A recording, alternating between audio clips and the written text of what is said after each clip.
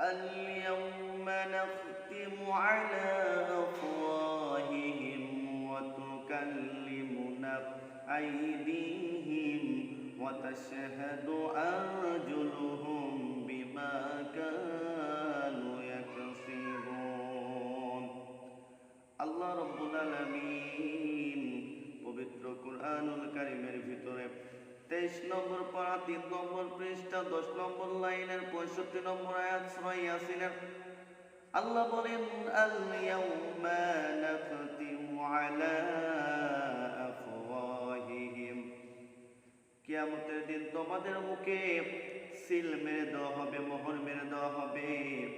অতুকাল্লিমুনা আইদিহিম তোমাদের হাত সাক্ষ্য দেবে। কি সাক্ষ্য দেবে? হাত সাক্ষ্য দেবে।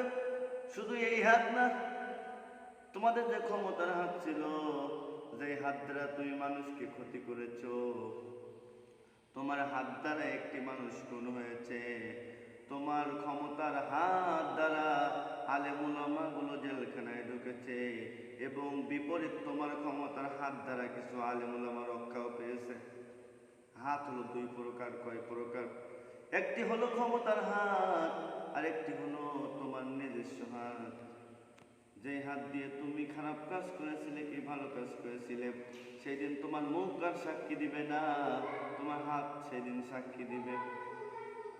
ওয়াতাশহাদু